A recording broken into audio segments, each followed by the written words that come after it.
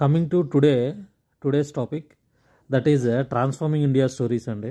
ఇవి వింటే బ్రీఫ్గా పెట్టాను మీకోసమని. Ayodhya tourism economy likely to generate 18,000 crores by 2028. Super కదండి. And India's marine product export rise to 16%. చూసారా అండి, అందుకే చెప్తున్నాను. So India will be super power okay in ఫ్యూచర్లో. Next, blind cricket women's already గెలిచారని చెప్పాను శ్రీలంకలో.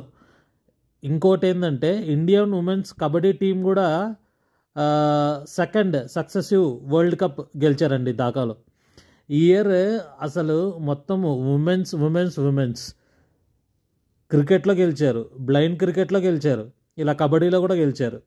This is recently held in Dhaka అండి. సో గుడ్ కదా అండి.